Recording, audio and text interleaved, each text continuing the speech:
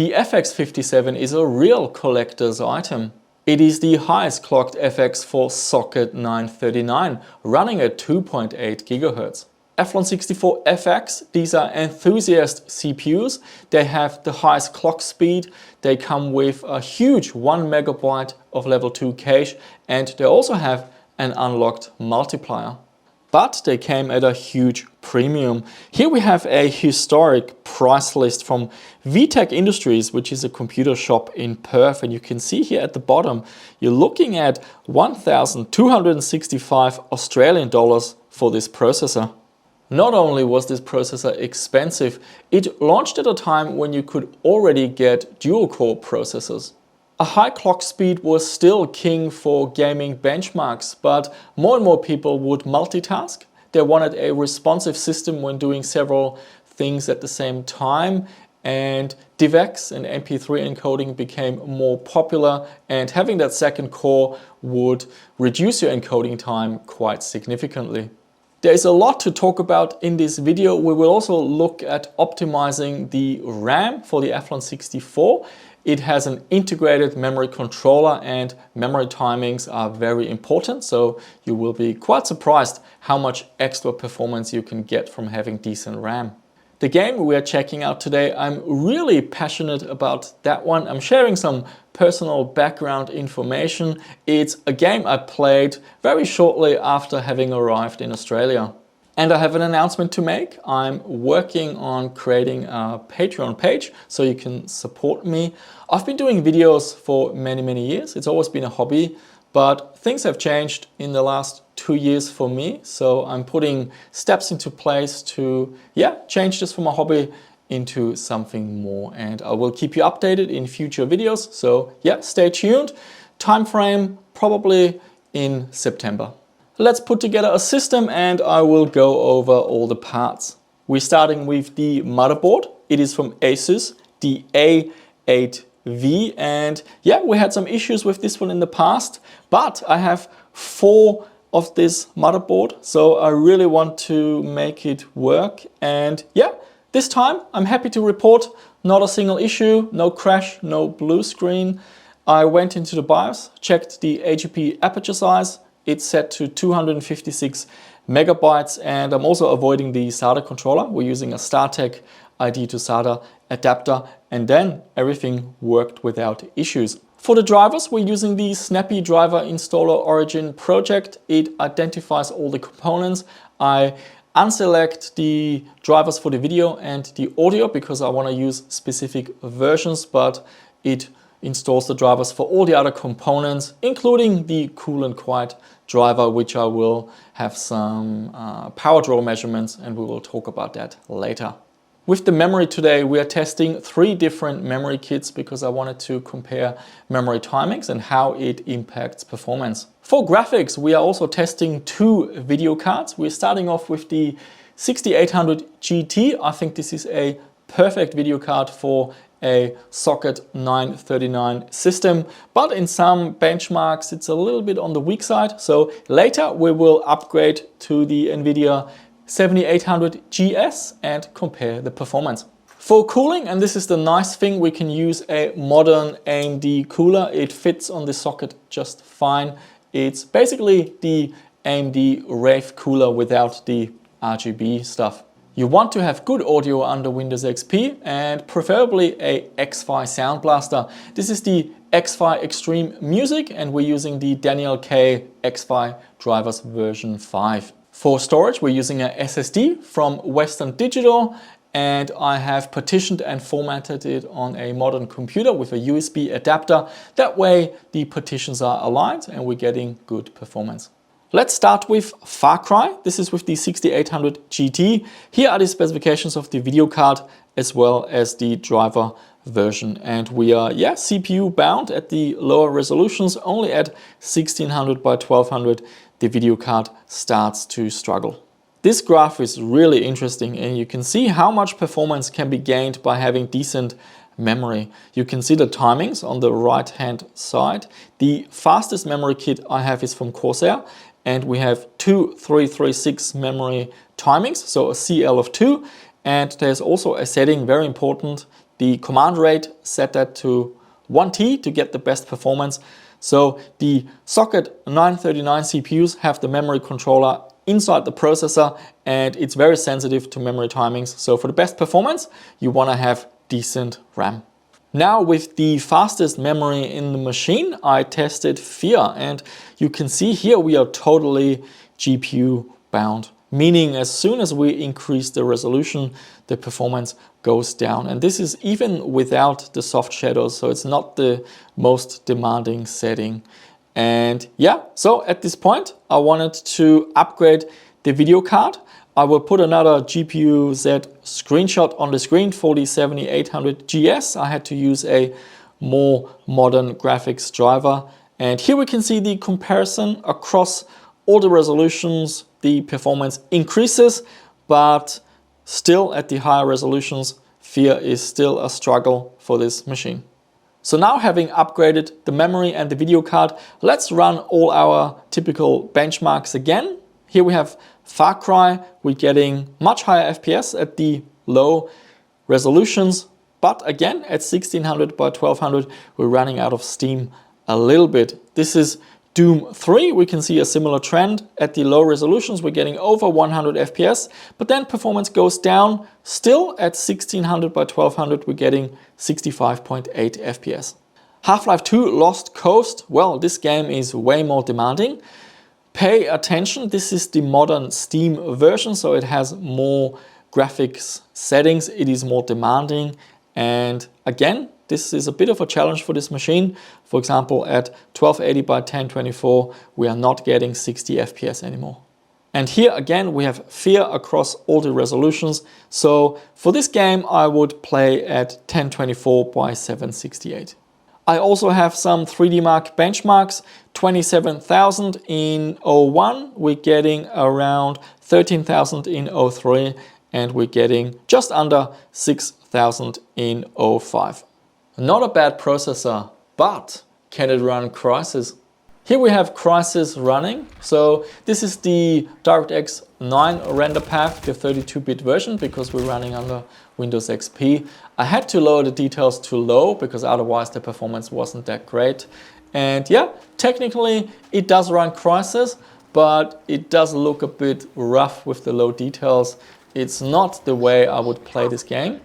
But if you have no choice, and back in the day, if that was the system you had, yes, it will run Crysis, but it's not how I would play it. Power consumption, 85 watts idle on the desktop, 142 watts playing Crysis.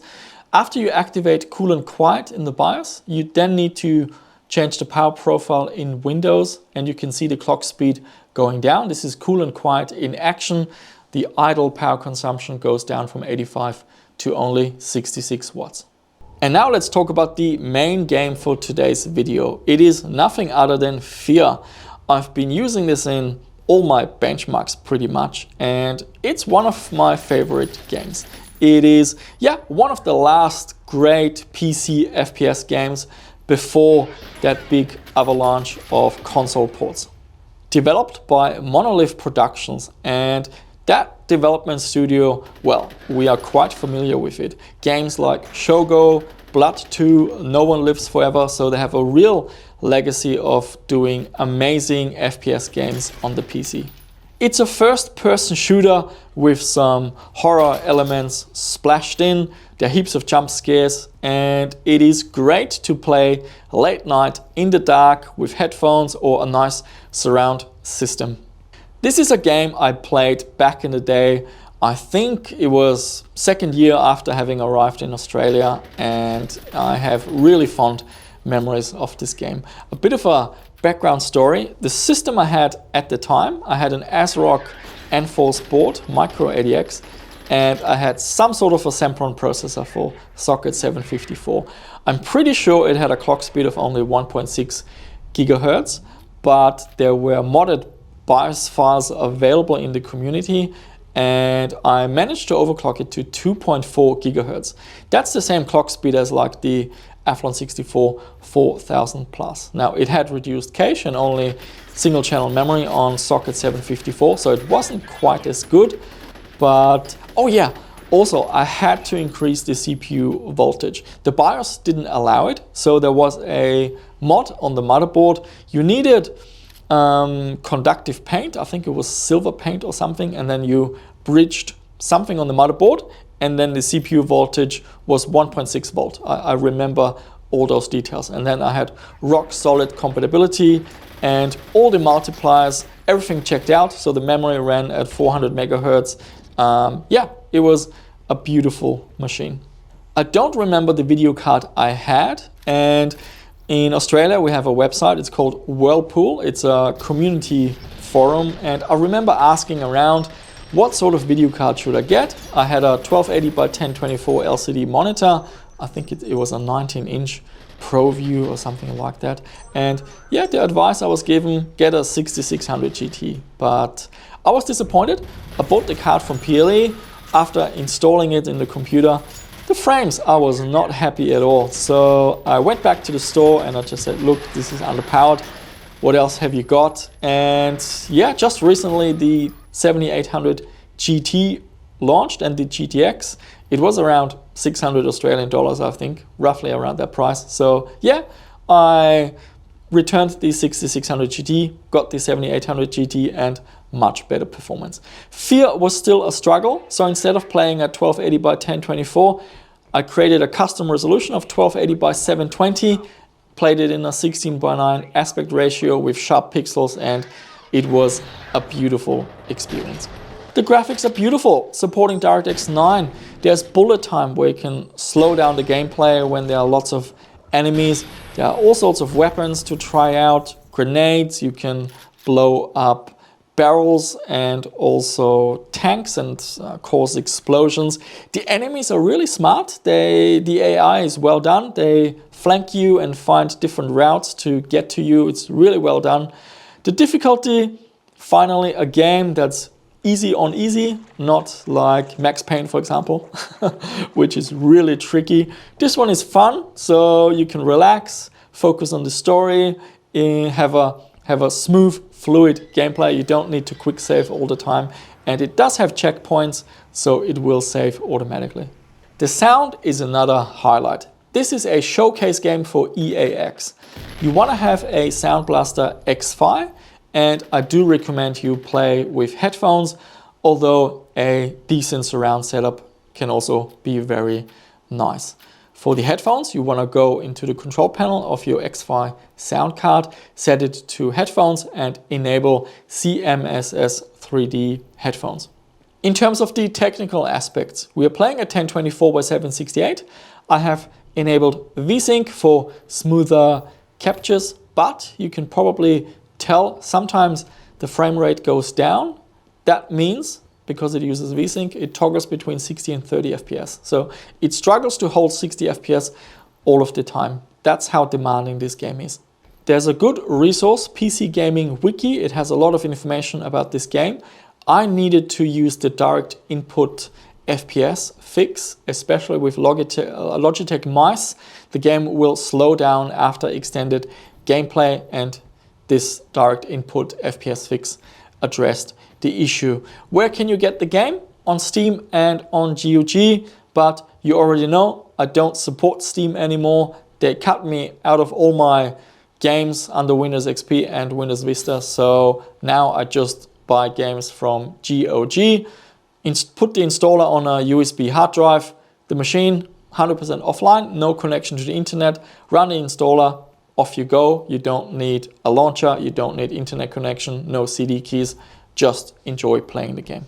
Also quite funny when I looked at the game requirements, the minimum requirements are Pentium 4, 1.7 and the GeForce 4 Ti. I don't think you will have much fun playing it like that. And the recommended system requirements are Pentium 4, 3 GHz with a Radeon 9800 or GeForce 6600. Again, the performance you will get out of such a machine, you will really have to dial down the settings and the resolution. What would I recommend? Probably a video card like an 8800 GT. That's what I would play. The processor, I think the Athlon FX is fast enough. The bottleneck here is definitely the video card. So all in all, Fear gets a huge thumbs up. This game is awesome. One of the last great FPS games on the PC. And yeah, a reminder of the golden days of PC gaming. And I have really fond memories of this game. So if you haven't played it yet, do so. It's absolutely beautiful. So what are my thoughts about this CPU? Well, there's no denying this CPU is very special, but it is a collector's item. So it is the highest clocked FX, and therefore people really want it and will pay a premium. So you're not gonna find this CPU for cheap. And the issue with Windows XP retro gaming is there's so many alternatives. So you don't have to build such a system. Now, if you insist on having socket 939, there are two CPUs I can recommend. You can, if you want to have a single core CPU, get the Athlon 64 4000 plus. That one runs at 2.4 gigahertz, still has a megabyte of level 2 cache, and is not too far behind the Athlon 64 FX. If you want a dual core processor, look for the Athlon 64 X2, the 4800 plus. That one is also a very nice CPU. If it doesn't have to be socket 939, well, there are so many options. You can go with socket AM2 or AM3, for example, a higher clocked Athlon 64 or one of the more modern Phenom 2 CPUs. They're beautiful. And here you get PCI Express. So you're not held back by the video cards. Also HEP video cards, something like 7800 GS. Again, prices will be definitely on the high side. So once you go to a PCI Express system, you can get an 8800 GT or something like that, and the performance will be much better. From Intel Core 2, like an E8400 with socket 775, that will also give you amazing performance under Windows XP. But it's not always about pure performance. There are nostalgic reasons for building such a system. Socket 939, I know it's very popular with the retro community, and as an alternative to the Pentium 4, a lot of people ditched Intel and went with this platform.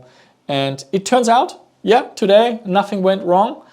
The mainboard, I'm really happy. I was worried that I can't use these motherboards because I have 4 of them. I was a little bit worried because we had some issues recently, but that was with a Radeon video card. And you gave me some tips with the HEP aperture size, and yeah, today everything worked just fine. And another takeaway is the RAM, the Athlon 64 with the on-die memory controller. You gotta have good RAM to get the most out of it. And now I want to hear from you. What is your opinion about socket 939 and the Athlon FX processor? Is it truly just a collector's item, or is there more to it? Let me know down below in the comments. Really looking forward to hearing from you. And yeah, anything you want to share, I always read your comments. It's one of the highlights when I publish a video for me. And yeah, that's it. Thank you so much for watching. Let me know what sort of videos you want to see in the future.